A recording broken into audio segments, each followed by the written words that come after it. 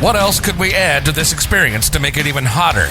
How about hot girls? Check out our Team Left Jab models on the Team Left Jab site. And yes, you're welcome. Now, back to the show.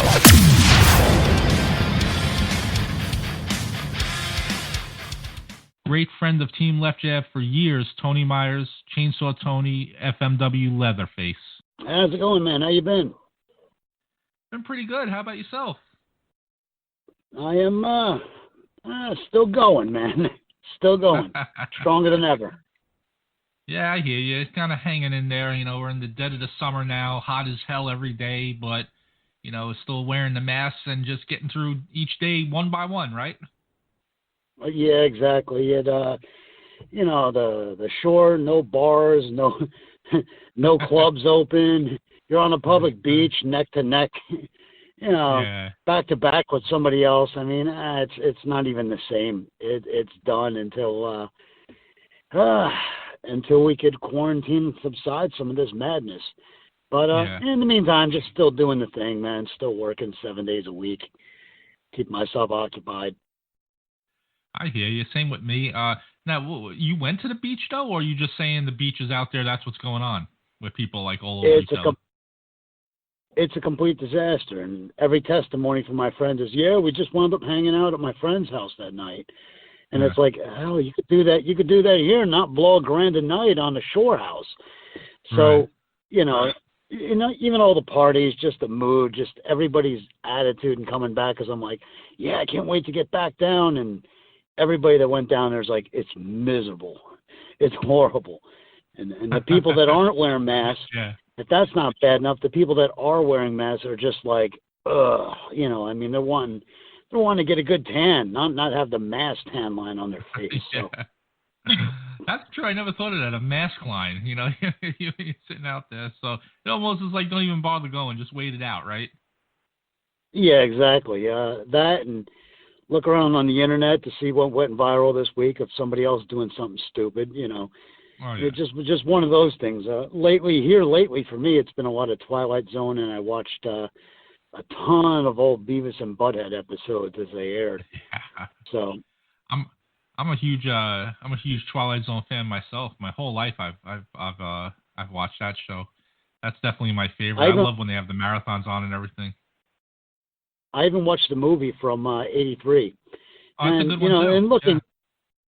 Yeah, and then looking back, it wasn't too bad. But then again, they had like four of the best directors of that generation, all working on it. And then still, you know, there's like so many interesting trivial notes and that kind of thing. I mean, you get to see Dan Aykroyd, you know, up there. Yeah.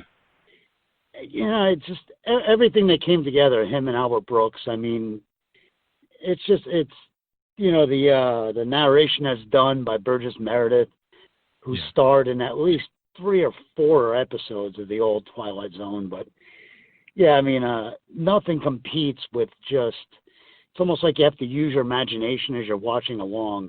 Kind of like reading a book, you know, in its most primitive stages when they first got things on TV. But also, too, it's just I mean, they hold so much water. And I know there's some elements about it that you don't think that is aged very well. But it's kind of like when you watch that movie, it's a mad world. Yeah.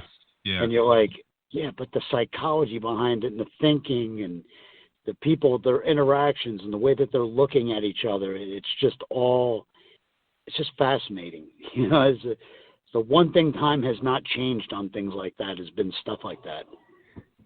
Well, the thing with the Twilight Zone and the way Rod Serling, you know, made those stories, there was a lesson in every episode. You know, you can't go back. You know, beauty is in the eye of the beholder was one of the episodes. So he told a story, but also there was a life lesson in most of those episodes. What was some of your favorite episodes of the original Twilight Zone? Got to be when the little kid has been given the powers. Everybody's favorite is Burgess Meredith. The evil slot machine. That's a good one. Yeah. Gosh, that's like me going down my family tree and trying to give you my favorite relatives. It's just, Yeah, for starters, off the top of my head, it's got to be those. And yeah, Beauty, Eyes of the Beholder, and That's a good when one. you look at those crazy looking like pig masks, you're just Yeah. freaked out. But there's almost like Yeah. an instant karma in every single, and the way that some of them were redone for the '83 movie, I thought was pretty neat. I mean, I thought it was Yeah. pretty. There's obviously there's some content that they reached there they couldn't get away with originally, but it's just so neat the way that stuff was shot, and asking yourself like, how did they do that? And then you wind up going on some other website and finding out how it is they did everything, and there's interviews with people, and I've always been fascinated by that kind of stuff, and then again, I mean, my mind is kind of warped. I covered this on social media at one point, watching Poltergeist for the first time, and the scene with the clown and that kind of thing. I mean, it hits you like when you're a kid. Like first time when I saw, coming out of the water, and the first Friday the 13th, and I guess they replicated that recently on a WWE pay-per-view with Bray Wyatt and Braun Strowman. Yeah, I didn't see it, but they did some kind of swamp match. I still haven't seen any highlights of it. It just happened, I think, like last week or something like that. I haven't seen that though. But some of my favorite Twilight Zone episodes are, of course, the Gremlin on the plane, the original one, the Nightmare 20,000 Feet. Yeah. The dummy was one of my favorite ones. The dummy that keeps talking to the ventriloquist, and then at the end they switch parts where the dummy is now the person's now the dummy. Now the dummy, and got to be the little girl with her doll. The little girl with her doll is really neat. Yeah, with Kojak. Child's in that Play one. was. Yeah, yes, he was. Great episode. I mean, like another Telly Savalas, like Kojak was like one of the original. Whenever somebody would have their head shaved, they'd be, "Hey, Kojak," Yeah.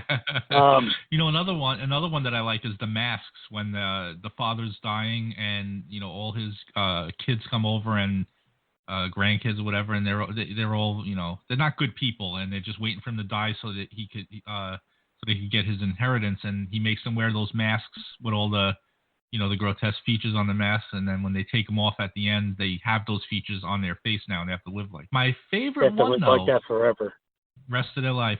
When I was a kid, I always liked the ones like that had monsters or something like that in it. But as you get older, you start to see more of the story.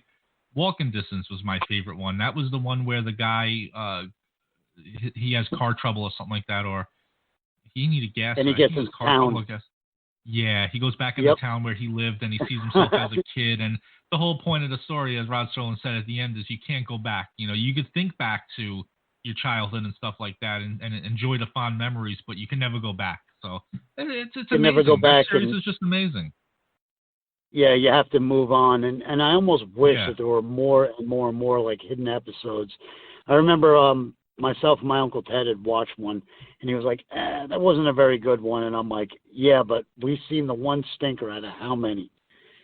Yeah. All of them are just so interesting. It's like, with those, it's like instant karma hits people and hits them really hard, and every single story has like an underlying detail about it. Really it's all about like life lessons and everything, but it's in its most primitive fashion because you didn't need cell phones. You didn't need the internet. It was just human psychology and someone's mind, and then peering into like what their brain and how they're wired and what they think. And you get that out in their characters. I mean, there's so many cameos and so many. Right. Even in the movie last night, I picked up on it right away. I was like, that's right. That's Nancy Cartwright, the voice of Bart Simpson. And you could hear it when she's yelling at the little kid. Yeah, you could hear her like as she's yelling at the little kid. Yeah. It's amazing. Yeah, that movie from '83 was good as well. The only Twilight Zone episodes from the original that I didn't really like that much was the Civil War ones and the Confederate ones. Not because it's Confederate or anything like that. They were boring. They were just a little boring. It was all talk, and you kind of. It lost you along the way because it wasn't much of anything. So those ones are kind of boring, but those are far and few between, though. Yeah, I'm one of those people that when you look back at like World War II reenactments and everything, I mean, it brings up a lot of like harbored resentment, this, that, and the other. And I mean, you can imagine the brainwashing and the thinking that was going on by like one nation's power and their dictatorship and everything. But yeah, it's just stuff like that, and like movies where, you know, it's an FBI agent. I'm just like, that's so run of the mill. You can do that. Yeah. I can make up a story off the top of my head right now about an FBI agent or, you know, a corrupt cop. It's like, that has been done to death. I don't. Times. Yeah. Yeah, I know what you mean. But the amazing thing about those episodes is you don't really see Rod Sterling's like stance on things. Like Spike Lee, when he first was coming out with his movies, I mean, by the time he made the movie Jungle Fever, he was like putting an agenda to each one of his movies, and Spike Lee was beating you over the head with his thoughts, and it's like, all right, enough. And then his work started to just tail off and really start to bomb bad. Like Crooklyn was like a huge loser, and I'm like, yeah, because he's like reliving his past and just trying to put that on the movie screen, and like, all right, that's your story. We don't find that very interesting. Like, you know, if we want to know about that, we'll read up on your interviews. But, you know, other than that, he was just such, easy to point out in something like Jungle Fever, how he just beats home his point, you know, and it's like, no, that's just the way maybe you feel. That doesn't necessarily represent like every black person walking the face of the planet or whatever. It's just like, yeah, take a step back and relax, man. You know? Yeah, he hasn't made a hit in like 25, 30 years. I mean, it's been a long time, at least that I know of. Yeah, and not that I follow him that closely, but I know he's still living off that money because, I mean, the guy was like 19 years old when he came out with Do the Right Thing. And I've even told some of my coworkers, I'm like, how can you guys work around any kind of pizza or just all the Italian food that we have? How can you work around that and not have seen Do the Right Thing? It's like... It's true. But, yeah, it's one of those things where... and I always thought about doing something like either that or the TV show Daria, just sitting down and overanalyzing with people and explain to them what's going on with each episode. I mean, I know that they already know and that kind of thing, but kind of like from my perspective and the way I see it, but it's just like that and those old WWS DVDs. I've been meaning to do the commentary on them. I just either fall short of the time or I would need like a wingman to kind of bounce off of. I've had people offer, but then it's a matter of getting together and, you know, having the time and that kind of thing. So, yeah, it's just it's one of those things of just finding.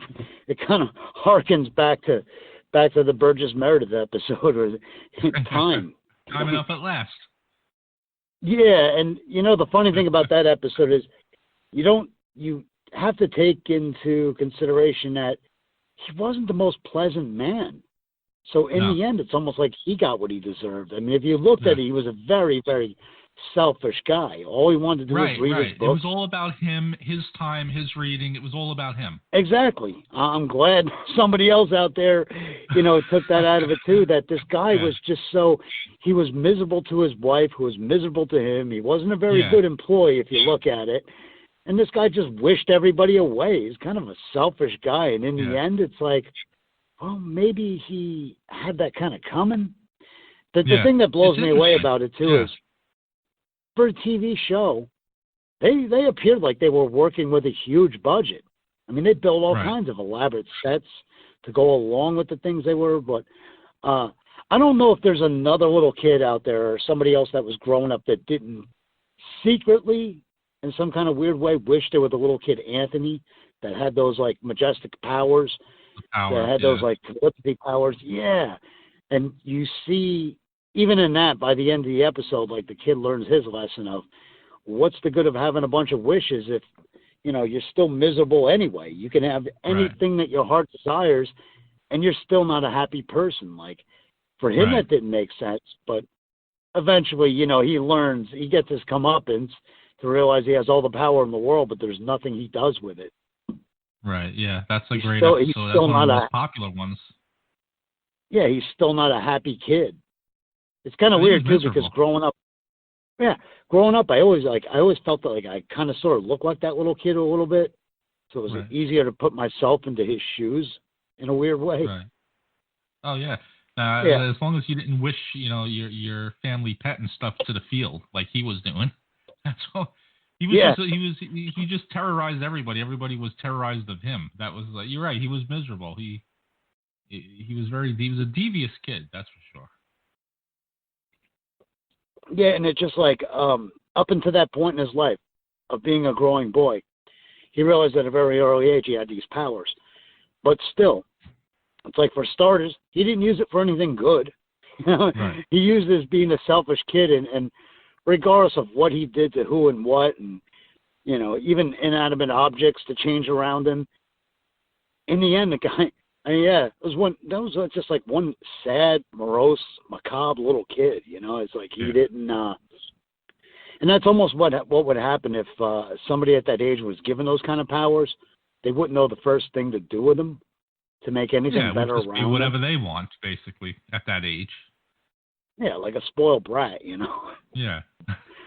Yeah. But such is the reason. Great show. Yeah, such is the reason I love like things like that. Even like the Mystery Science Theater 3000, they have brand new episodes that have come out, and it's like an all-star cast because it's like majority of the original cast, even down to like Frank Kniff, coming in and doing the voices and all the old characters and everything. It's nice to see them still, that they have it still going. It's not the same. It doesn't have the same impact as the originals, but to me, there's still a bit of that glimmer. There's still a bit of what brought you to the dance to begin with. There's still some of that raw humor in there. It's no different than any of, we haven't even started talking about wrestling, but in the current day and era, you can't tell me there's stuff in there that I just don't like it at all. There's plenty in there that's still, it's kind of like the Simpson episodes that they keep making nowadays. There's still something in there that harkens back to the original. There's still those bright spots in there somewhere. Yeah, I definitely agree. And there are some great shows out there, that you can, go back and watch for sure. Thank God for YouTube because that's where I watch most of the stuff now. But yeah, let's get to some wrestling. First off, when are you going back to Japan? And do I understand that you're taking a friend with you? Yeah, October the 22nd. So this will be our third attempt at. Yeah, and this will be my third attempt at getting Louis over there, and perhaps third time's a charm. But there's just I didn't go public and say, hey, I got the airline ticket and all this stuff. It was such a headache trying to. I think I covered some of this the last time I was on your show, where the company said, hey, it's in your name, in your legal name. You and your friend, you got to change this, and if it costs more money, tell us, we'll reimburse, because they didn't expect me to hang up on those people and then call them.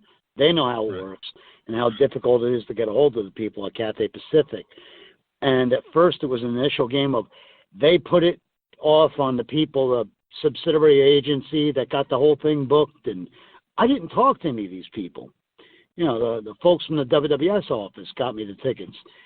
So now, fast forward into October, WWS isn't running. We had to use the tickets within the year, design, but, Halloween is pretty much my WrestleMania over there. So I had to be over Halloween anyway. It's between 666 and DDT. They're always doing something. They always, that's when they get the monsters. I think back to last year, and I'm looking right into the hard camera, and I'm like, I'm just watching all this crazy Freddy Krueger's running around the ring, and Onryo's in there doing his gimmick, and where he's cursed. And I'm watching this, and I look right into the hard camera, and I was like, you guys are fucking crazy. I'm like, the old Japanese thing. I said, man, it's freaking me out. I was like, you guys are nuts, But yeah, the thing is, I'm staying through. If the quarantine thing, the whole CVIG, it's as long as the tickets are still good and they don't give me the same notification they gave me a few months back, we're good to go on that day. And my return flight, it's like me, I got like 4 months there, but Louis has like those 2.5 weeks. And I go, you're going to do just fine, and don't invite him back. I know they will, because, his work's going to talk for itself once he's out there. But finally getting that and the airline situation straightened out and all that headache and, doing it from a regular job too is really difficult, but it's finally done and it's etched in stone. And I didn't, I put it on my Twitter for leather, and it was just like from there, a lot of the Japanese picked up on it, and then I started getting the inbox messages of let me know the exact dates, because they know that if they, whoever uses us, they have to pitch back money to the people that got the plane ticket to begin with. So it's always been one of those deals where everybody has to work together, because there's not going to be one promotion that gets away with it that the other promotion doesn't know about. Right. I could rattle off, 24 independents that I do out there that are, the talent overlaps. Even now they're at the height of doing a WWS versus Magic Box Pro, and Magic Box Pro is a couple of the people that got, that's the group that got my my working visa renewed. So I always felt another loyalty to them. At first, them and the WWS people weren't getting along. Now they're doing an interpromotional feud. So it's like, the sooner the better I get out there. Two, I want Louis to see all the sights with Pogo and, and that kind of thing with him around his hometown of Isesaki City, and, probably cap it off with going and visiting his grave as I always do and having, some words for him. So, yeah, boy, it's, I get into long and winding, don't I? But no, yeah, that's pretty much with all the news and everything else. Some of the friends I like to call my civilian friends that aren't professional wrestlers, that don't understand what's going on, but I never get any real chance to discuss in detail like what's happening. But yeah, I'm there for like those 4 months. Louis got like 2.5, 3 weeks. When I forwarded him the ticket, he's like, "Is that what I think it is, brother?" And I'm like, "Yeah, that's what you think it is."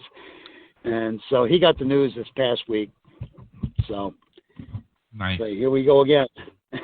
So in those 2.5, 3 weeks, are you going to be doing like tag teams with Louis? Is Louis going to be doing singles? You going to be doing singles? I guess probably a little bit of everything, right? Yeah, the pretty cool thing about like Bushido and Bushido Impact, they run in like two different buildings. It's basically the same roster of guys, except sometimes when they do the Bushido Impact, they do that at the Totokan Museum, and they do it the no ring. So there's a lot of like grappling and a whole lot of like strong style, like lay it in. And I know the last time they had us booked, they had the one night they had me against Louis in a singles match, and I was like, oh man, is that fun? Oh, we could have a lot of fun out there. But yeah, it was like there's like a few tag matches. There was a couple singles. WWS had the match booked where for their anniversary it was going to be a Low Life Louis against Abdul Kobayashi, who would be on loan from Big Japan. Yeah, and Kobayashi very rarely ever, if ever, does like a lot of freelance stuff. But they were able to put that together, and then, of course, that whole thing gets canceled, and my airline reservation, and they couldn't fly me out of the country with Louis. But if I could just put that behind and be on a plane in another 9 weeks, all's right with the world for me. If not, I mean, what else can I do? But you can't really complain. What are you going to do about it? Yeah. Well, now as far as like the travel and everything, is that all back to normal now? And how is like COVID-19 over there in Japan? Is it under control? It must be, right? It was at one point, and then they opened up all the floodgates, and they wound up with a bunch of new cases. There was like a big chunk of them. Yeah, it's exactly how it happened like in Florida. They figured they could do the same thing in like the red light districts of Tokyo. Like, well, all right, let's see how this goes. And then boom, they get like thousands of new cases that broke out, and everybody was like, whoa. And it was like, well, what did you think was going to happen? Like but as far as like travel goes, travel has been like, at least nationally, travel's been restored back to normal with just about everybody. International, and us getting over there, I just have this, like, there's this crazy, like, visual in my head of, like, me laying on my back and backstroking as Louis, like, grabbing my leg and, going across the Atlantic Ocean or something. Just to get there. Yeah. It's interesting because I remember, one of the things that I remember you telling me, it was either last time or the time before, was how, people in Japan have been always wearing masks. If someone has a sore throat or whatever, they wear a mask out of courtesy for everybody else, so they don't get everybody else sick. So I'm surprised that it spiked again, like you said, because, I mean, they've pretty much been safe long before this, right? Yeah, you would think so, but, it was just kind of like the whole deregulation, and it was a lot of the younger people that wound up contacting it because they just don't want to do what they've been told. Either it's rebellious teens or, hey, there's a club down the street that's relaunched and that kind of thing, and, they just get back out. If you looked at some of the crowds, and this really, really hit, like, really hard, like Winger and those guys, they want to relaunch, like, the Major League Wrestling in Japan, and They started running some of the bigger arenas, and they weren't really drawn well. But all those people, it looked like they were practicing quarantine. Like, they would get ringside seats, but they wouldn't. They would sit, like, in the third or fourth row, like, diagonally across from somebody, just because of the whole coronavirus, the whole pandemic going on. Nobody's drawing any crowds out there, but it's the same here in the States. But at least, like, Japan, they're still running the bigger arenas because they're, charging more money and that kind of thing, with the same kind of thing where families of like 3 or 4 people will sit together, and then, like 10 feet away is another family of people. Yeah. Social and that kind of thing. Distancing. Yeah, exactly. I mean, they're still practicing it, best that they could. Here in the States, I mean, you're not seeing crowds with anybody in them at all. Right. It's a whole lot of this cinematically produced stuff that's been going on. You've seen WWE and AEW and that kind of thing that they're doing. I got a whole bunch of new stuff a buddy of mine sent me on his hard drive, where I've downloaded so many different independents from all the years past in Japan. And, it's kind of cool. You take a glimpse at yourself and you go, oof, I remember this match. Boy, it was terrible. Oh, I can't wait to see it. And I guess I kind of got self-conscious to thinking it was so bad, and I, like, worked myself into a frenzy. And then the one match where I'm teamed with Ichiro Yaguchi was from the Social Pro Wrestling Federation. Right. And I was like, wow, that was a really good tag match. Like, why did I think this was bad? And then, like, a memory will pop into my head about a match we had, like, a couple days later. I was like, oh, yeah, that was the good match. Oh, man, I wonder what that really bad match is. I wonder if I could find that. Yeah. All was well and good until, to back up all my stuff, I still use blank DVDs. I like backing up all my stuff on those.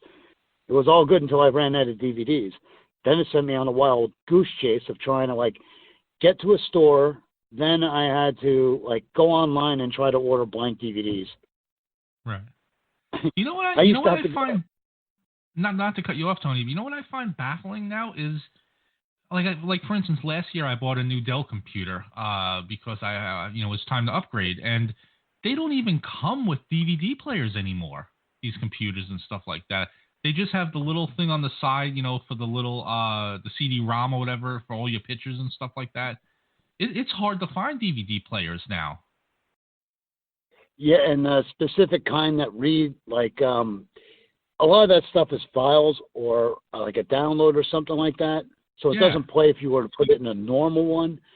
I remember at one point I used to have a DVD player that played, like, files that you would download and burn onto, like, CDs and stuff, or DVDs, right? Right. Yeah. I thought that was the coolest thing ever. And then the whole DVD thing started being obsolete. But on the, like, I used to just go to the Micro Center, which is where I would go and I'd hang out with Pogo's daughter because she was from Patterson. I think I covered that whole story where it was her mom and her mother wound up leaving Pogo for his young boy, who was Invader 3. And they did the whole Super Invader thing with him. And they wound up residing in Patterson.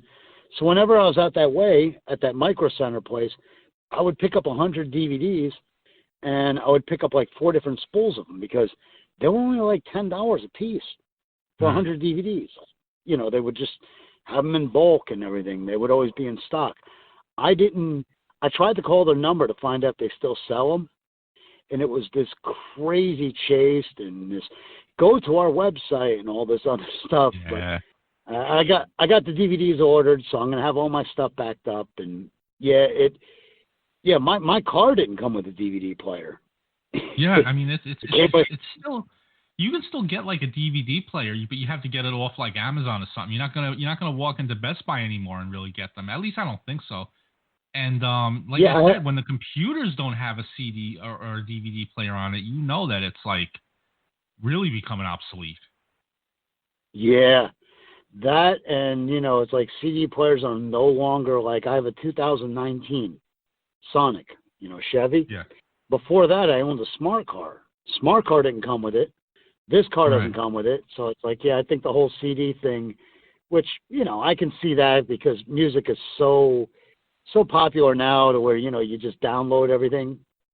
Oh, on your download iPhone everything. Now. Yeah, exactly. And it's just, I hate the whole thing of playing music through my phone in my car. I liked it so much better when it was separate and an iPod, and I didn't have to worry about turning off notifications to not ruin this song or podcast I'm listening to. It was so much better with an audio device, and just, I bought mine 2015, and that was about the same time. 2015, I wound up in Japan for like 4 or 5 of those months out of that year into the new year. And my laptop broke down. My phone went out on me, so I was forced to buy an iPod. So I worked everything off an iPod that year. And that iPod stayed with me until like, oh gosh, right before I came back stateside is when it finally started crapping out on me. And everyone's like, look at him, he's got an iPod. I'm like, this thing was awesome. Yeah. But now if you have like an iPhone or an Android, I mean, it's pretty much built into there anyway now, right? You just download it onto there.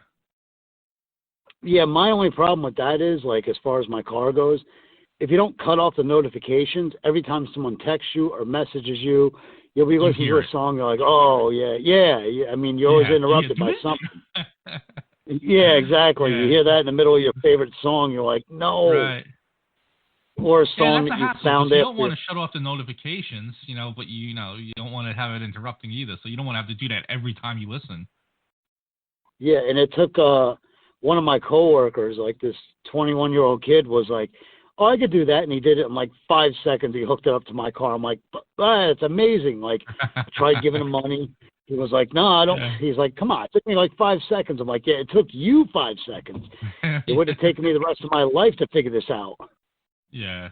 I see like the people who have the, and I don't have it myself, but like the wireless ear plugs or whatever you want to call it. You don't even have the wires hanging anymore when you listen to that. And I don't know, there's just something about, having the music blasting through your car speakers. It's so much, more bass and everything, but I don't know. I get, as things are changing. So, I mean, I wonder if we're going to have a day when the car doesn't even come with a radio. I don't think it'll ever get that far, though, because they still want to sell those Sirius subscriptions and stuff like that with the car. Oh, yeah, and that's the first thing that popped up in my feed and everything was, hey, you can, buy Sirius, and you can even, like, install it from, like, right in your car, and you could, like, order it with a credit card. It's like, oh, come on. You know what I mean? Like, who wants the... Yeah, it's like so in your face. It's like right there. Like, oh, come on, you got to do it. Like, it's right here. It's so easy for you to do. It's like I don't know. I don't want that. It's like no. If I want Sirius, I know how to get it. I don't need the constant like beating over my head of of them telling me like, oh, this is how you go about doing it. It's like, man, I could find something on YouTube that'll tell me how to do that faster and better. You know what it is? As far as Sirius goes, I mean, and I had it, as like a free subscription for like the first 1 or 2 months or whatever. And don't get me wrong, it's awesome. I mean, but I don't know, to another bill to pay, even if it is like, I don't even know what it is. If it's $10, $20, I don't need the Elvis channel and the 50s channel and the hard rock channel. I mean, if I really want to hear that, I'll listen to that when I go home on YouTube or something with my headphones. I don't need it in the car at all times. I feel the same way. I mean, it's just a little too much. I mean, I spend a lot of time in my car, but to become that, like, relying on it or whatever. Yeah, I mean, nah. Is that really necessary? You're really going to spend that much? At first it was the same way with phones. Like, are you really going to need to go to web page after web page after web page with phones? I mean, and then eventually that's what it became all about. Everybody does it now. Everyone's looking at their phones for all kinds of stuff on it, Google, everything else. I remember when that whole thing first came out, they charged like a few cents per page. Oh, yeah. Per page that I remember that. So I had coworkers that were doing that. It was like how much data you use and all that stuff. It was a pain because you started to worry once you started getting to a certain point, and you were like, man, I'm not going to be able to go on anything for like the last 7 days of the month, and that was annoying. Now it's all unlimited anyway. Yeah, or you were dreading like how many websites you went to and how many things you visited. Like if you got onto like people of Walmart, you really start digging it. You couldn't wait to see the next picture. I guess you would go through a whole boatload of them pictures. And, I mean, it's unbelievable to realize how far things have come. So absolutely. Yeah. I wanted to also ask. I'm sorry. I was going to say, so we covered you going back to Japan with Louis. Covered a couple other things. You were the one that told me about Z-Bar passing away. Did you know him? Did you ever meet that guy? Yeah, several times. Because when I came back, I was dating a girl who she was in the midst of getting her own independent promotion. It was very established, WPW out of Pennsylvania. And so I got to meet like a lot of the old guys that wrestled CZW that I wondered whatever became of or what they're up to and that kind of thing. A lot of those guys are wrestling out near Reading, Pennsylvania. And of course, you had Mike Quackenbush running like right across town, basically the same building. In fact, it was the same building. So I kind of got to know him. Guys like him, Rick Feinberg, Corey Castle, like that whole crew of old guys. I got to like befriending like people like that. And, then I would see him on Facebook and I'd just interact with him a bit, but I was never really like tight with him. I know that his clique for the most part was this guy's like. Hey Tony, are you on speaker or something? I could barely hear you. Oh, let me try this. Sounds like you're like moving around a lot, and then in your voice sounds like you're on the other side of the room. Yeah, I was at there we go. See, another one of the things, where I got back in my car and it's got that. I always find that whenever I do these, the best way for it to come in is me just sitting in my car talking. So yeah. Once I go inside, I always hear people like complain about, I think I lost you, man. But out near Reading, Pennsylvania, I got to really know him out there and around that area. Guys like him and like even Rock and Rebel, and because I think they were using Rebel's promoters licensing and that kind of thing. But I wasn't nearly as tight with Z-Bar as like some of the other guys, the Trinasis, Johnny Cashmere's, and Nick Burks of this world were really tight with him. But God, you had to know something was really off, really wired differently with him. He was I just remember him being like he was like always like really out there. He's a pretty strange guy from what I remember. Yeah, I didn't know much of him, to be honest. I actually had to look him up because, he was basically, early days of CZW, which, You know, it was so long ago. I mean, I knew the name when you said it, and I was like, Z-Bar, and I was like, I don't remember what he looks like. And then I saw him, I was like, oh, yeah, I remember. Vaguely, I remember him. And then I looked up a few things, and I was actually surprised to see that he was only 38 when he passed away. So, Yeah, I mean, he retired, I think, in 2012. So he's a young guy. He retired kind of young, like at 30, I guess. yeah, and not only that, he had been at it since he was like maybe 15, 16 years old. Like, Oh, yeah. yeah, it's even like Acid, guys like Billy Rowe. Those guys have been hanging in there since they were like 14, 15 years old. Like, whoever would allow them to hang around. Those Right. guys were like really, really young back then.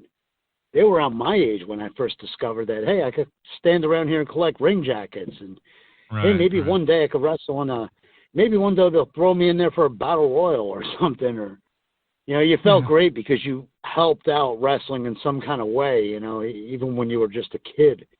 Yeah. You could get around it, you know, with the smaller independent shows, but yeah, it's just, I hate it just being another wrestling statistic. I think that's what really bothers me more than anything. Right. Is that people just Right. look at it and go, another one of them CZW guys, you know, another, see, you should, he wasn't one of the deathmatch guys. I mean, Right. granted, CZW has one terrible ratio as far as, you know, deaths and that kind of thing. I mean, but, yeah, wow. But look at all the guys in I hate WWE that died too. I mean, it's not because of WWE. I mean, it's just the lifestyle, you know, right? And what they did to themselves as far as, you know, steroids and this and that and you know, pills for pain. I mean, that has nothing to do really with the promotion. No, not at all. And I don't think what people understand is, if you want to be a professional wrestler, I mean, you got to realize your odds at making it are just astronomically against you. You know, like it's almost like you have to force yourself to just worry about being a civilian and a normal person, and then maybe something might happen with this wrestling. It should be the other way around, you would think, and then it would all work out, but there's so many guys, and now because coronavirus is like the weirdest thing that ever happened. Now more than ever, guys are having to discover life like without any wrestling at all. You know, and even you know, I think a better attitude or a better, more realistic way would be like, be thankful for each match that you had, because there's people out there that are born without the actual physical being of even giving a shot at doing it. Right. You know, even in the current day and era, right. where they think everything's all inclusive and everything. Now, there's still people that just don't have it in them to actually have one professional match. It's just, it's not in the cards for them. Either they're, you know, anti-athletic, lazy, not that motivated. There's a million things. Or you take that first bump and you realize, my God, that ring is hard. And what am I doing? So, you know, it's always seemingly something like that. If you've ever noticed. Oh yeah, definitely. And you know, some other things that I saw going down. I don't know if you saw last night with AEW. Cody's been bringing in these indie wrestlers to challenge him for that TNT title, and Eddie Kingston got on there. I saw a lot of reaction. A lot of people were happy for him. Is he someone that you've ever you know, befriended or anything? Or because I know he's been around a long time, 18 years too. Absolutely. He was somebody that whose work ethic alone that like really inspired me, and that backed this to the future thing. And I discovered him through the whole world of like Smart Mark company out in Pennsylvania, Mike Burns and them, so much stuff, you know, as far as independent wrestlers go. And lo and behold, one day out of the blue, and this happened, I've told part of this story, but Poga wanted an 8-person tournament of all Gaijin, and he was going to go right to Kurokan Hall with it, and then just have the rest of the WWS roster filled in. But he wanted, like, first round would be, like, strong style, second round would be, like, death match, and then third round would be, like, all out, you know. But he, so in, like, Foreman, lo and behold, I got a message from Eddie Kingston about a year before Pogo had thought about the idea of this.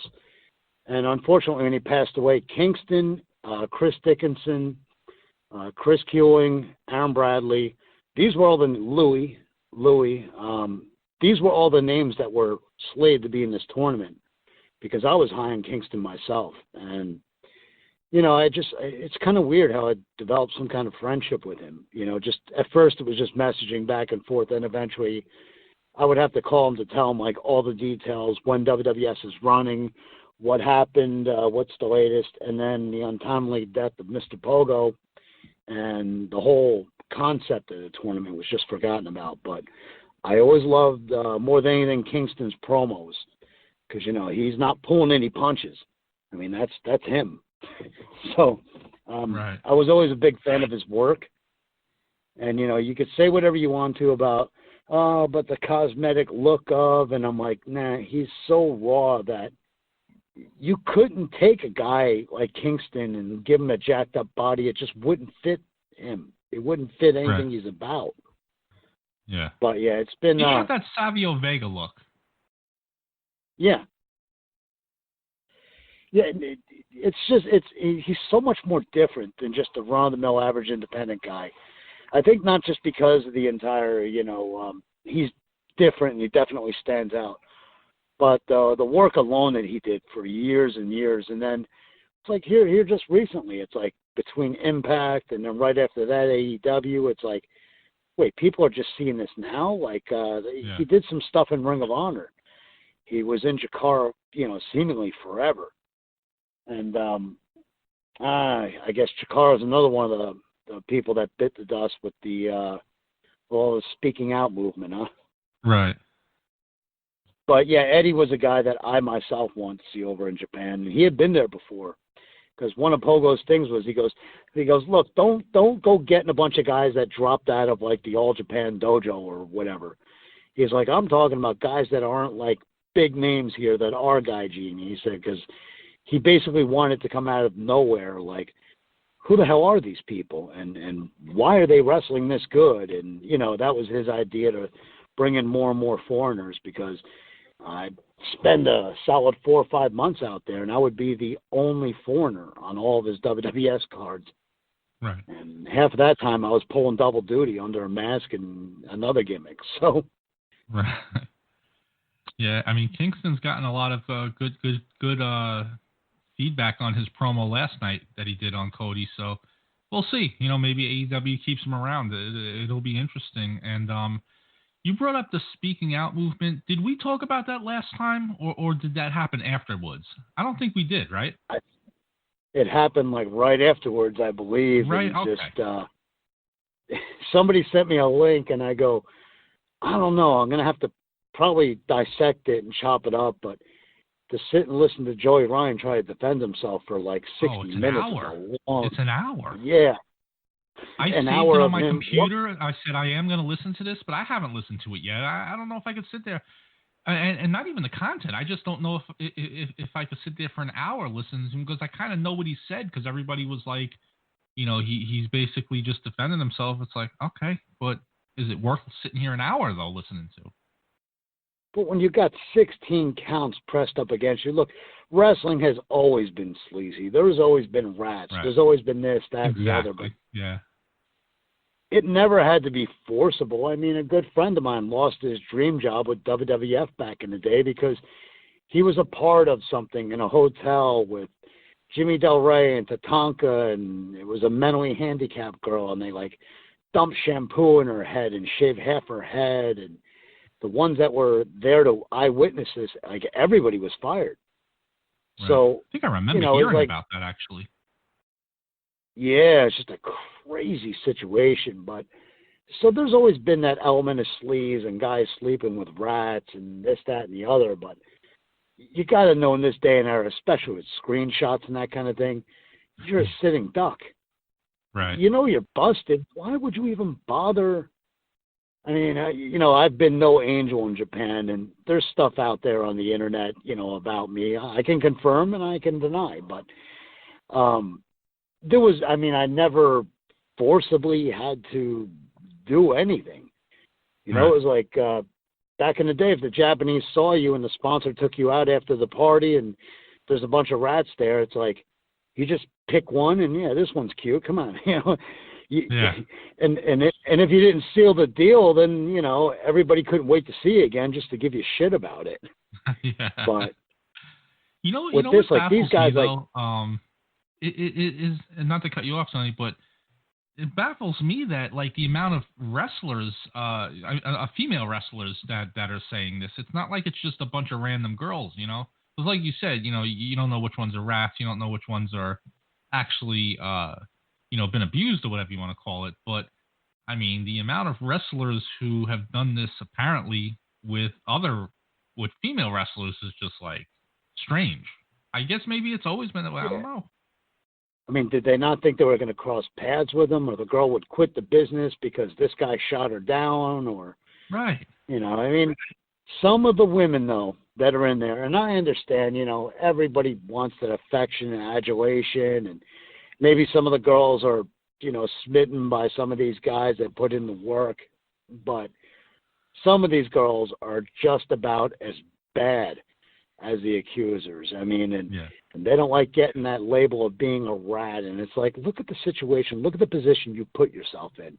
How could you think any of this was right? And then you wonder why people treat you. It's kind of like the guy that, oh man, I can't stand that guy. He's a douchebag and a Guido. It's like, no, it's somebody who treats you like the loser that you are. It's not, you know what I mean? Like, not to be like, not to be mean or cruel, but you have to have tough skin with something going in.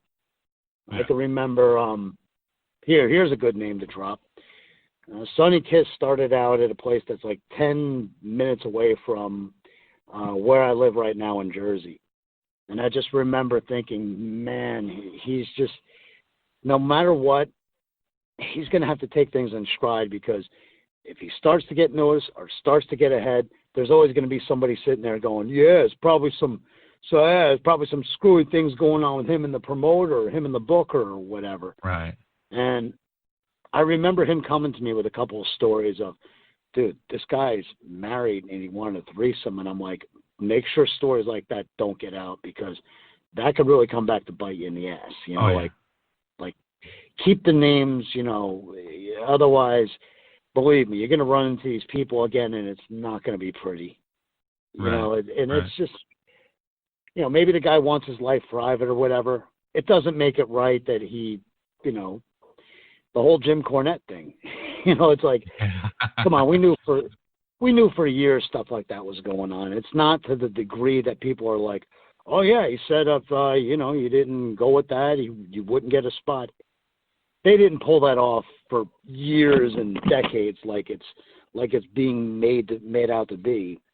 But yeah, I knew from the minute I met Stacy, I knew she was an alternate lifestyle. Everybody knew it. Everybody that was around them knew it. I mean, my God, can you imagine if I went on public record and just went on and on and on about the stuff that Lawler used to do, Stacy, and good Lord. Didn't Lola have something with like a kid or not a kid, but like a underage, right? Or like a teenager or something, or he likes young girls, something like that. Isn't that the big thing with him? The jokes that everybody makes? Yeah, it was back in the fall of '93, and it was a 13, 14-year-old, like, arena rat, pretty much. Her and her mom would go to the matches in Louisville. And, yeah, he wound up getting into a whole mess with that. And there's always the rumors. Didn't he marry a young girl, though, too? Like, not that one, but, like, didn't he marry a young girl or something that was, like, 25 years younger than him or something? His third wife, Stacy, was 18, and he was in his 40s. Jeez, and, right. That's unbelievable. He met her through her mom when she was going to his softball games out. She's from West Memphis. But right. Stacy was always like that. A good friend of mine that was in a band, and she was really tight with those guys. Simply, they were in a band, and they're all West Memphis, Arkansas together. And she was like, oh wow, look at these guys, they're in a band. So she was always fascinated. She always had a fascination for things like that and guys in the limelight and that kind of thing. But yeah, I mean, if you dig on the internet, there's a lot out there on Lawler and his perversions, but you know, to me, he never harmed anybody with it. You Right. know what I mean? Like he never tried to like goad anybody into, you know. And it's just that it's like Chris Champion said on this one shoot interview he did. He goes, "Jerry, I love you to death. But you know as well as I do, you would love to see your wife gangbanged by every guy in that locker room." It's just like the Chris Champion to come out and say it. Yeah. Chris Champion, I'll never forget this. We're live Memphis TV studio, and he came back as his name was supposed to be Yoshi Kwan, but Yoshi was like popular in the Super Mario realm that year. Right. So Kevin Lawler sees him in his new gimmick and everything, and Kevin Lawler brings up the statutory rape, or no, it was like sexual battery that he had like lobbied against him that Chris Champion did in like 1990. The girl was 12 years old, and he got caught in his Cowabunga the Ninja Turtle outfit and gimmick. He got caught making out with this 7th grade girl. It was just like, so there's always been sleazy. I mean, good Lord, this Bob Roop. Nobody can ever top Buck Zumhofe and his whole, you know. Right. There's always been a sleazy like element to it. Of course, you know, it's professional wrestling, but just to see this and, you know, in droves, women coming forward, it's just like, why put out there something that would be that embarrassing, or, you know, or you backing a girl into a corner and be like, you know, either you're going to do this with me, or, you know, you're not allowed around here anymore. I mean, you can't blame the women. Some of the women, that's their game, but Right. other ones, they're as guilty as anybody of screwing around and screwing their way here and screwing their way there. But I thought one of the funniest things was one time I was sitting with Moondog Spot, and I go, "What, you know, Moolah had her stable of girls," and I brought up to Spotty, and I go, none of the guys ever made a shot at, you know, the girls that Moolah would have around." Spot just goes, "Man," he goes, you tried that with a light honey. Gosh, she'd punch you in the nose. It's like, so yeah, it was more separate. Yeah, it was just more separate back then. You know, you knew what you could do and you knew what you couldn't do, and nobody Right. ever went against that grade. But I don't think know. like I mean, I guess. No, I was just gonna say. I guess everybody's personality is different. I don't know. It just doesn't seem. I mean, if you're a wrestler, and even the ones that baffle me are like the good-looking wrestlers. I mean, it's like if you're a wrestler, you're a star. Even if you're an indie star, you know, you have good looks, you have a good body for the most part. You could probably get girls pretty easily. So, I mean, to see them, you know, doing this kind of stuff and really risking their career, is just baffling to me. I mean, I look at a guy like Joey Janela. I don't know what what he does on the side, but all I do know is that he's had Penelope Ford and this new girl, Brandy something, and they're both like models. And it's like, Joey's a decent looking guy, I would say. I mean, but he doesn't have like an Adonis body or anything like that. So I don't know. It's just weird that they would risk it, you know, when they could probably get good-looking girls anyway. I've known him since when I first came back to Jersey and started wrestling for the Banditos, Junior and Senior. Junior's a WWE referee now, and he's had that job for maybe like a decade almost. Because it was right after I met him that next thing I knew, he was going up there as a referee. And, yeah, it was like, it was always a good, like, solid place to work. And man, the names that they would have, and guys would just be doing it just for, you know, a booking and that kind of thing. And I met Janela there. He always had a velvet tongue. He's got this quick wit and this, like, sarcasm. I found it hilarious, no matter who he was talking to. And I was like more blown away that he even had a clue anything about me. But Joey's always had a way with women. He's always had that velvet tongue. He's always had that quick wit and the whole slacker thing and not working out. I mean, it was hilarious to watch it all go hand in hand. And it's kind of cool how like 2017, when the whole Nita, the CZW thing, and Janela was there, and it was just like me looking over there at him going, we're a long way from Banditos, huh? And him being like, so this is what they got you doing tonight. And I was like, dude, I've been the third leather since, what, 2002? 2000?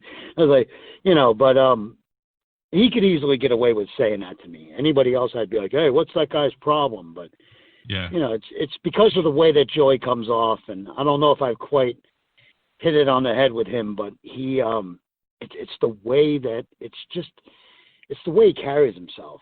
It's like, that's where the good time is. That's where the party is. And he's one funny dude.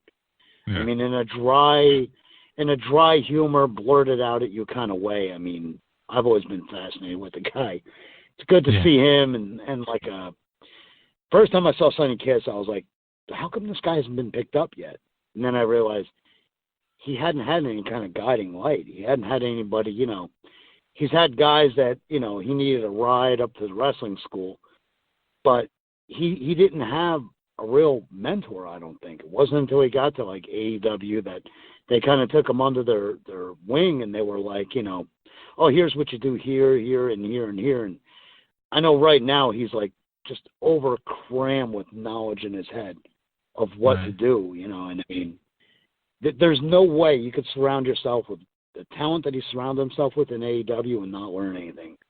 Yeah. You have to, even if it's by the hard way, like how I learned with Memphis. I mean, I had no idea what I was getting into, but I had to learn fast. Otherwise, I would just keep getting beat up and left behind or left off of shows. Well, I mean, but yeah, it's doing well now. I mean, he's tagging with Janela. He's getting a lot of TV time. He even just had a match against Cody, and he did very well there. It wasn't a main event, I would think, or one of the main events. So he's doing well. It's a sign of the time of just how much has changed, because back in the day, it would have been forbidden or kind of looked down. Throughout the history of wrestling, there have been, I don't know how many cases of closeted homosexuality, but not many people came forward with it. It wasn't until it became, more accepted in modern culture, and even in the Japanese culture, like a major record company owner came out and said he was gay a few years ago. And even over there, they were like in shock, but they were just more accepting of it as time has went on, because as time goes on, things like homosexuality and interraciality, who you're dating and that kind of thing, one seems to find their way into every family, whether they like it or not. So it really hits home for a lot of people. You know what I mean? Yeah, absolutely. One or two things before you go, Tony. As far as the rest of your time here, the next 3 or 4 months, you have any matches coming up, or are you just kind of sitting low before you go back to Japan? I want to sit low, and there's practical reasoning behind it. My work has become very reliant on me, and I just know that I'm going to be taken off anyway. And so I just, more than anything, I want to stay like injury free. I got a call back from Tate Hammer, who wanted me to come in, and I see he's got like Sandman booked on that card and everything like that. But I thought about, taking a day off for work, and it's on the weekend, which money is really good for me on the weekend. So to get me to take off, it just purely be something that I was passionate about. I would likely sell a bunch of merchandise, which I would have to replace anyway. And I would probably roughly make the same money I would at a regular job, or hope that I would. And it's like, it's just much easier if I just resist that. But then I start worrying about not being in ring shape and realizing I'm going to have to cut portions and really watch what I eat and start dieting right again, which around my job is almost impossible to do. And they're passing by like trays of lasagna and meatballs in front of you every day. Pizza and all that stuff, that's hard. Yeah, and it's after you have that first match and you just feel like just wrecked from the inside out, like it's a rough way to break the ice. Even if you just wrestled the week before, it's Japanese, they expect a different standard. Everybody's overanalyzing, everybody's watching. And the Tokyo Smart Mark fans are the most, man, they have a sense of knowledge about them. I mean, that is just unsurpassed. I mean, they could tell you match results and all kinds of stuff. But, yeah, it's just with the higher standard, I just go into a different frame of mind. The same habits I have here in America stop cold turkey when I go to Japan. But in the meantime, I thought about, the 8 or 9 weeks it is going to be before I go back there. And I'm like, I have got to get back in a ring. And the local place, same place I told you about before, where I met Sonny. Because he used to come up with the whole bunch of guys from Kearney around that area. They would rent out the ring in the same school that I would go to, and they would have their own shows. And I was on a bunch of them, and again, the guys stuck out like you wouldn't believe. So I even thought about going up there, just run the ropes, take a bunch of bumps. I watched The Undertaker, even that documentary, the 6-part series that they aired on him. And you see him run the ropes and taking bumps, and I just thought, man, if he's doing it at that age, like, I can't wait to have my trampoline, my bouncing around off the ropes and taking bumps again. It's like, I haven't felt right because, as I'm, my hip had blown out, but I continued to work through that. I would have to pick up my leg just to pivot, just to hobble to the bathroom. That's how bad my hip had gotten. I went for the corkscrew moonsault, where I land on my shoulders, out of like having my back to somebody. And I don't know what I did. I kind of hesitated through it. I was wrestling the Randy Pryor for 18 Pro Wrestling, which used to be Apache Pro. And it was the way that I landed, and my hip just felt like wrecked. And I just couldn't wait to like get off of it. And in the months that in the months after that, it was just so weird because when I wasn't in the ring and I'm not wrestling, if my body is not sore, then it doesn't feel right. Like, forgive the double negative there, but my body only feels right when it's like sore from taking bumps. I just, over the years, it's kind of weird. That's just the way that I've been triggered and the way that my brain has worked for some reason. Right. I mean, that is definitely far from normal. You can only imagine. You think anybody else in any other line of work would go through something like that? Definitely. In a roundabout way of answering it, it's just I look forward to get back in the ring, but also too, I'm not the guy that's going to put the feelers out there. If I don't get a phone call from this person to go back to work here or there, I'm not the guy that's going to overanalyze it and feel like I don't have a date for the prom. I'm the guy that's just going to go into his regular job and be like, all right, now's your humble time. Now's your time to, get yourself together, go home to my oldest every night, and deal with her college tuition, which you want to talk about a mess. Oh, man. She starts medical school in the fall. They're charging me for room and board in Utica in upstate New York, and my kid's been living with me for almost 4 months now. So imagine that. Yeah. And lucky for them, the same credit was applied. Right. I think Planet Fitness finally stopped charging me a monthly fee.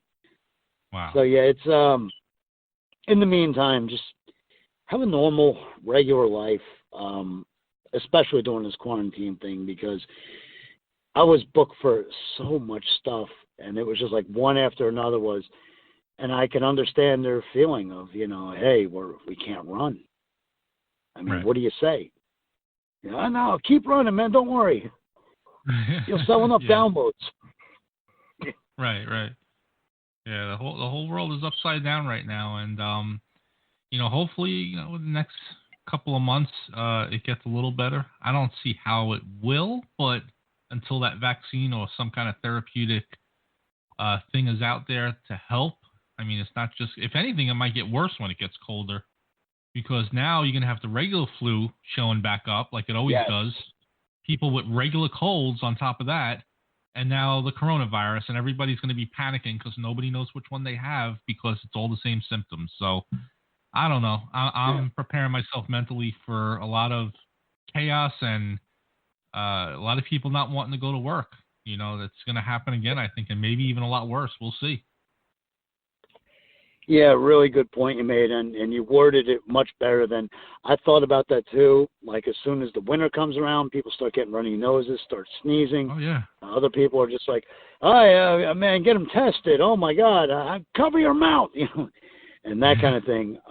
It's funny because once we're through, I contact Tababa, and Tababa knows and does like every independent, and everything is 6 degrees of separation there in Japan, but there are just so many independent companies that I don't really have to worry about stateside. I know I'm not as in demand, so to speak, but once the floodgates open, and I for sure, like Tababa knows I'm coming.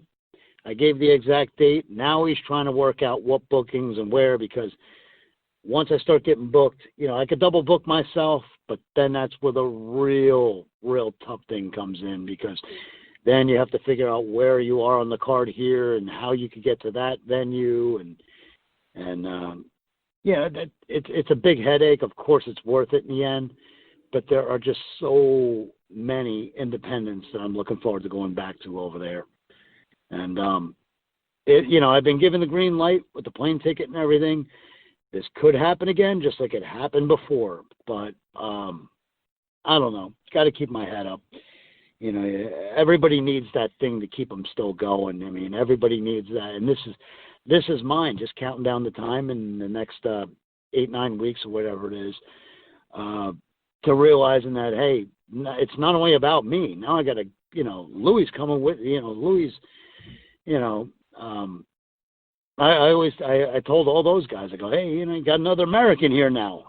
Like, let's do this thing. Now I don't have to be that token American guy, having to try to cut promos in Japanese.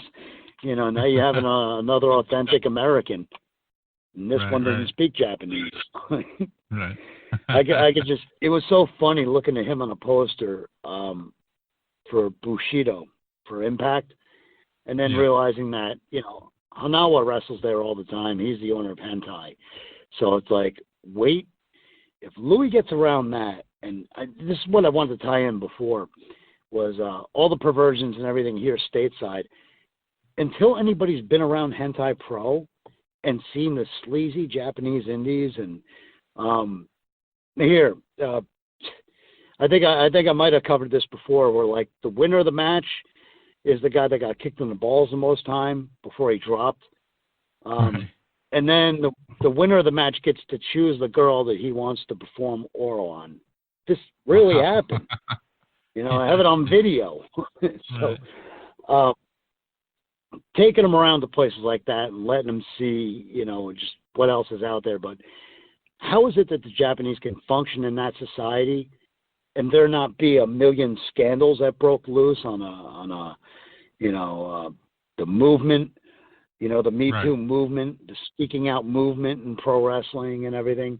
How is it that the Japanese managed to behave themselves so well? Right. And in America, we're just the worst of the worst. Joey Ryan with 16 charges, and Jack Gallagher, and all the rest of these guys. My God.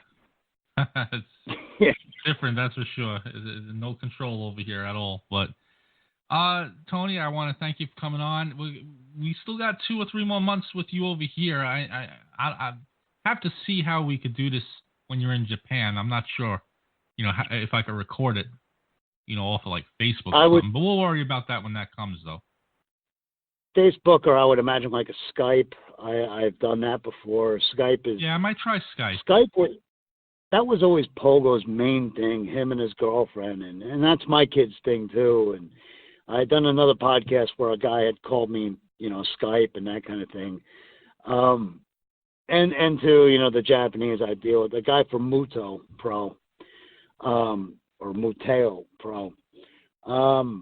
Him too. He just likes to, and it's so cool because so many of those old guys in Muteo Pro are the guys from like IWA Kokusai and that started out and Go Ryumas, and I was just a young kid then. and to see us all aged and older now and still all booked on the same stuff, it's so cool, man. There, just the dozens of independents that run at a Basement Monstar, and Neko. Neko's another good one. Production Z. Survival Tobii with his own promotion, Shinjuku Pro. They still have so many independents out by Osaka, but he and I, like, as soon as we arrive, it's 666. And then, DDT has other indie shows. Freedoms, Onita continues to run, SPWS, Osaka Pro, Eagle. I mean, these are all places off the top of my head that, run on a regular basis. So for all the other independents there that have been, struck with this, and have had some pretty major ones that have shut down because the boys just haven't had any work and they've had no revenue. But for everyone that goes down, 20 more independents pop up. And that's always one of the good things, but I never want to think that it's like the watered-down version of. I always like to think just put in your best work and make the company, whatever company it is that they are working for, make them the best that you can, leave it as good as you found it, because you're going to need to come back if you want to keep working. So, and this time I got Louis with me. Yeah. So watching him experience all this madness. Yeah, it's gonna be a fun time, and we'll talk a few times before you go, and then, like I said, then we'll figure that out later on. But it's always a pleasure having you on, Tony. I always enjoy it, and it goes like 5 minutes. There's certain guests you have on where it's not that it's a struggle, but you work to get the half an hour or the 45 minutes or even the hour in. But when me and you get together, it doesn't feel like an interview. It's just two friends talking, and the hour or so goes like that. So I always enjoy having you on, and we'll do this again next month like we always do. Absolutely. I always say it's an absolute honor and a privilege. You're put on a pedestal in this kind of platform, and you reach a whole lot of people. And oh yeah. I find it intriguing. I never know what you're going to hit me with, what questions and that kind of thing. It almost makes me want to keep up more with the current day stuff. But yeah, I think that's what makes it interesting, though, because when you have a wrestler on or anybody who's a sports figure or a comedian or something like that, they have they have other thoughts besides what they do. I mean, they have thoughts on politics and what's going on in the world, and I think a lot of guests, including yourself, probably like to be asked different questions that you aren't going to get asked on other wrestling podcasts, right? Right. And for me, I took such a bizarre and such a crazy, long and drawn-out path. It couldn't be repeated the way that I did it, because you don't have the same companies, the same opportunities, the same situations around anymore. So for me, I always count it as like a blessing in disguise. But two, every time I think about like a book, it's like this huge task, to get all the dates and all the, it's easier for me just to talk about it because it's tip of my tongue, and there's so much more that's still going on to this day. And there's so many independents that I've rolled all the way down, that there's so many more that I never even touched the surface with. Right. But, for me, it's always been easier to get it all off my chest, because it's not very often that I go on to, podcasts, or if I do or take an opportunity to, people are not, they're not as up on their facts. They don't know exactly, and definitely not to the extent that you know what you're doing, but, and it's always been a rumbling, stumbling of, the guest host is, I guess, so intrigued with getting himself over and not even worried so much about the interview subject that, they just want to get their shit in like all the independent guys out there do. But, for me, I just tend to ramble until I'm cut off, because there's a lot to say, and it's very difficult to sum it up in, maybe in just 1 hour or 2 hours, or no matter how many times I come back as a guest. There's still so much more left in the canon. There's still like, I don't go into a whole lot of like detailed stories, but there's always stuff like that that's fascinated me and has, kept me hanging. There's nothing quite like the feeling of taking off your gear and realizing you had a great match. You know that you've had a great match, but you don't want to sell that in front of the boys because they might have not had the best match, and you don't want to, you don't want to gloat. And I mean, lucky you were booked against a guy that brought out the best in you. It's like, I just, the Junka Sizes will come up to me and go, I can't believe, he's like, why is that not on New Japan? And I go, oh, like Takase? Like, I've been wrestling that guy for like over 20 years. Yeah. Like, that guy was at the first WWF show, and he's their champion. I'm like, I'll lay down 5 more billion times for him, man. He's just, what can I say? Next to my oldest, guy's like my best friend in the world, And so many people I wind up with in Japan just talking with the guys and then realizing, or them realizing or saying, I think you're like my best friend, man, because I talk about some really personal stuff with you, man, and it's just such an honor, It makes you so enthusiastic. And the fact that I get to bring somebody with me who could experience this and see it for themselves. And when Jay Landry comes out there, it's like, dude, I'm sharing the best days of my life with you, man. This is awesome. Like, no matter what we do for the rest of our lives, nothing will top this. I don't see how it's possible. Until the next year comes along, we're like, I can't believe that just happened, It's true. I didn't even bring up understand. No, I was going to say, I definitely understand what you're saying about, like, that's how some podcasts are, though. Some podcast hosts are there. They just book guests and they don't really do their homework on them. Got to be awkward, though, right? I mean, when you go on a podcast and right off the bat that the guy really doesn't know anything about you, and like you said, he's just putting himself over, and it's more about him just getting his lines in and stuff like that. Probably, you probably can't wait till it's over after a few minutes, I'm sure. Yeah, well, one's up. Two, I've watched like an entire lifetime of guys do these like shoot interviews or whatever, and the guys are like so far from reality, and it's like, man, good and well they weren't sold out every night because of you. Like, stop, Yeah. And I watched an entire lifetime of guys just making complete fools of themselves, and I always told myself, like, hey, I'd much rather tell you stories of me being like degraded and maybe somebody could learn from my mistakes or whatever, but at least I'm being honest, and this is how it happened, and I live to see a better day. So whenever you think that like the world is going to end because you did something stupid or you blew a major spot or whatever, it's like there's still somebody out there like me who gets to go back to Japan a few months and make a decent wage and be able to put my kids through college and, be able to pay my well, now my house has been paid for. So now of course I just have